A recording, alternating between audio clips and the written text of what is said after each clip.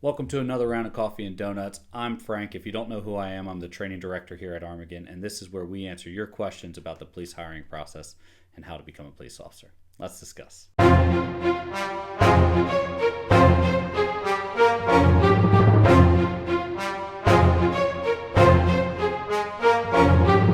Before we get started, we answer all the questions that we get on our social platforms. We've expanded our social platforms, so if you have a question, go ahead, leave them in the comments of any social platform where you consume any of this content. We'll get back to you. Additionally, if you want your comments answered very quickly, we have our new blog. You can access that from our website, www.armageddonct.com.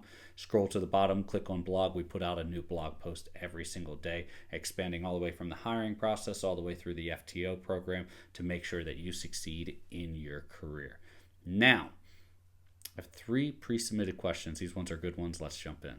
I just got dropped from my FTO program.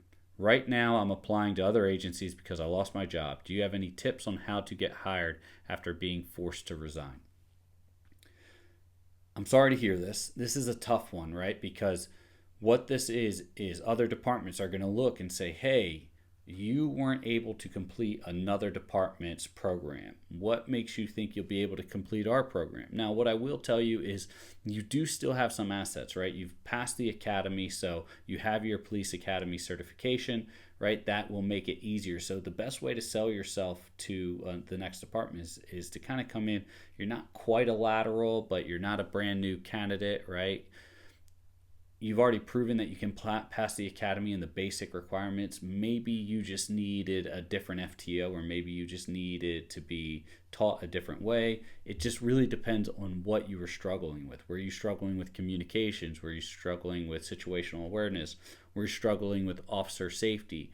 Depending on which one you were having issues with in your FTO program would really be the factor of whether or not other departments would consider you for rehire. Now, it is possible. I've seen this. I've helped other individuals get through it as well. But I will say this, it is harder to get back into it after being let go through the FTO program than it is if you are trying to come in from the beginning. So now you have to explain to yourself why you can pass, or explain to the departments, why you can pass the FTO program, rather than why you should be given a chance to become a police officer. So that's where I would be focusing on that. And I would need a little bit more context on how and why you were removed, which that's sensitive information.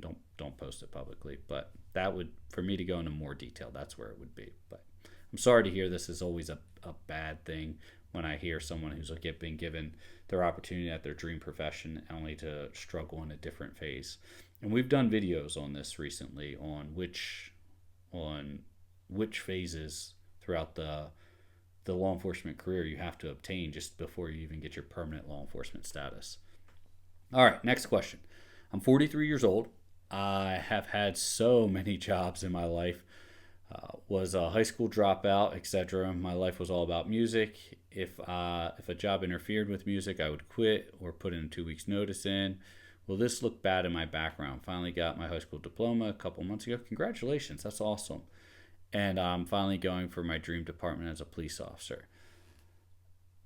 Or dream job, as a police officer.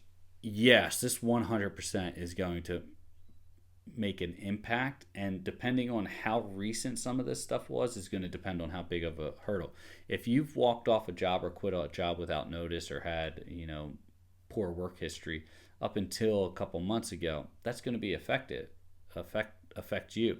If you've had consistent employment, whether it was highly compensated or not, that doesn't matter. But if you had consistent employment for the last few years, you can articulate and explain, hey, I was getting myself together. I was focusing on better developing myself, being more of a professional and doing that.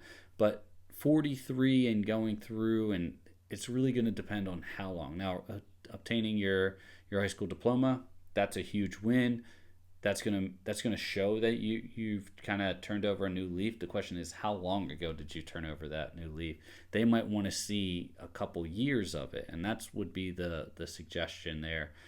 If not, it's not an immediate disqualifier, but it will be a character reflection, and that's what they're going to be evaluating you, is how long, just one good year doesn't erase, we'll say 20 years of I don't want to say poor choices, but poor employment practices, right?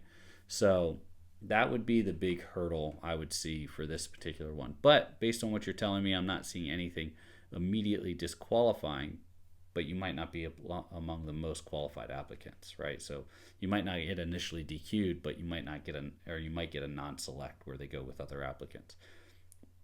But there's a chance. There's absolutely a chance here. And once again, it would depend on your specific outcomes and what I've mentioned here. That would affect and how you articulate it. That's going to be the big thing. So, and if there's any other hurdles in your background. Once again, we're compiling a character representation of who you are based on your interviews, based on your personal history statement, based on what we can find in your background checks, all that. Next question. Does having a master's degree in criminal justice help you stand out against other candidates? Any higher education, the answer to that would be yes. Now, most people associate a master's degree with age. Maybe you want to have, obviously you have to get an associate's or you have to get a bachelor's first and then pursue your master's. So you might be naturally older, but these programs now, there's 5-year programs to have a master's degree. So if you're 23 and you have a master's degree, that's going to look really good. And I'll go into the statistics. I haven't checked them recently, but I'll go into the previous statistics I've had. But if you're 23 and you have a master's, or 24 and you have a master's degree, but no tangible work experience, you're not going to do any better than the person with their bachelor's degree. I mean, yeah, you have a little bit higher standpoint. And once again, this is subject to every department's different, right? But you'll have a little bit more of a leg up and you might get awarded some more points for it. But if I'm comparing you, and once again, I'm saying if you're 23, 24 with a master's degree, no actual work experience, compared to someone who's worked for the same employer for 10 years in security and has an associate's degree, and it doesn't even have to be security. It could be 10 years in IT or whatever. It doesn't matter. And they've worked for the same company for 10 years and they have good employee evals and a good recommendation from employer of 10 years plus an associate's degree. I'm going to select that person, right? Because I know that they're a good worker, right? Whereas this person, hey, I know you're good at education, I know you're good at college, but how are you when you don't get to choose your schedule, or when I tell you have to come in for midnight shift for 5 months, right? And it just depends. So now going to the statistics, here's not every person in law enforcement has a college degree. Usually the baseline is a GED or high school diploma, right? And then from there you could get your associates, or have, sometimes some departments say you don't even need associates, maybe you just need 60 college credits just to be eligible, right? So eligibility on education standpoint, I don't think you'd have an issue with a master's degree. The concept to this is, so let's say 50% of candidates or 50% of current law enforcement officers have an associate's degree. 25% have a bachelor's degree, and then less than 25% have a master's degree. So that's really great. Now, in the grand scheme of promoting and climbing the rank, having that master's degree is going to stand out significantly. But getting your initial hire, it's going to stand out. It's going to look good. But it's going to mean nothing if you're not doing really well in your background, in your boards, in your poly, your psych, in your document submission, in the whole preparation phase. If you're not prepared, they're not going to say, hey, let's give this guy or this gal the benefit of the doubt because they have a master's degree. It won't work for a brand new recruit or candidate hiring process. Now, if we're going through, you and I are competing against a promotion board and you're getting promoted over me, your master's degree is going to look really well in a competition for a promotion board. So yeah, I mean, it does help. It will make you stand out, but it by itself is not the best thing. So it being in criminal justice, that's another good focus. But also a lot of times when you see these educational requirements, it doesn't always, and it's rare that it actually specifies criminal justice as what you have to have your degree in. Some departments don't care what 60 credits in. Some are, will say, criminal justice, psychology, political science. Will have a multitude of different things that they feel is acceptable. It will help you, but not to the level that most people think is what I'm getting at. Now, a master's degree partnered with good work experience, that will make you a very eligible candidate, right? And when I say good work experience, I mean 3-4 years in the same employer, full-time employment with no issues. That would make you look really good. All right.